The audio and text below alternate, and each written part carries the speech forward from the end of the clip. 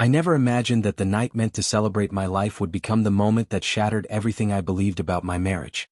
People say betrayal slips in quietly, like a breeze squeezing through a crack. I wish mine had come that gently. Instead, it walked straight into my birthday celebration wearing a worn leather jacket, a smug smile, and eyes that lingered on my wife a heartbeat too long. The evening had begun perfectly. I remember stepping into the garden lounge we had rented, fairy lights glowing between the trees, music drifting through the warm air, friends cheering as I walked in. Claire squeezed my hand and whispered that she wanted this birthday to be one I would never forget. She looked beautiful in her pale green dress, her hair tucked behind her shoulders, her touch warm and familiar. I didn't know that a few hours later I would walk away from her without even saying a word, unsure of what was real and what wasn't. For the first part of the night, everything felt normal. Guests laughed, teased me about getting older, clinked glasses, and enjoyed the food. Claire floated around making sure everyone felt comfortable. Every time she passed me, her hand brushed my back or her fingers traced my arm. I believed those small touches meant something, that they represented the relationship we had built. But then he walked in. At first, I didn't recognize him. I only noticed Claire's reaction, the way she froze mid-movement, the way her smile faltered, the way her eyes locked onto someone behind me. When I turned, I saw a man walking through the crowd with a confidence that felt rehearsed. Tall, self-assured. The type who believes he owns any room he steps into. And then Claire said his name before I could even ask. Ethan. Her ex.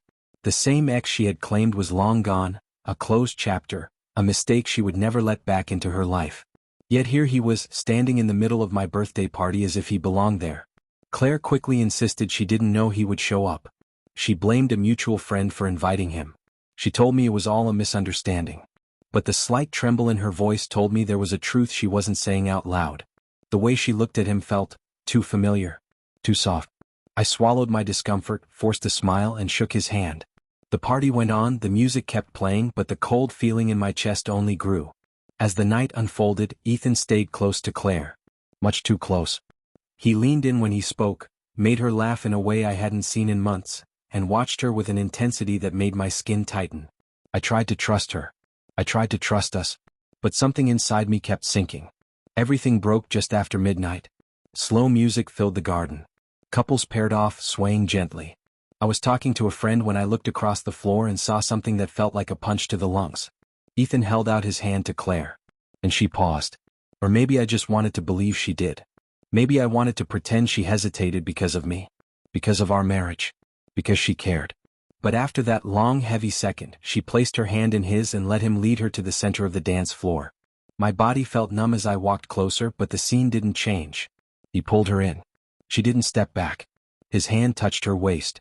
Her head tilted toward him. Her eyes slipped closed for a moment, as if she were falling into a memory she should have buried a long time ago. My jaw clenched so tightly I felt pain shoot up to my temples. I told myself it was just a dance. Just politeness. Just a mistake. But it wasn't. It was the way her fingers curled around his shoulder. It was the softness in her expression. It was the secret familiarity in their movements. It was a version of her I had never seen, not even when she danced with me. Around us, people watched quietly. Some whispered. Others looked away. But no one intervened. Why would they? It wasn't their relationship unraveling in front of them. I couldn't stay. I couldn't breathe. So I walked out, not storming, not shouting, but quietly as if I were stepping away to answer a call. I didn't say goodbye. I didn't look back.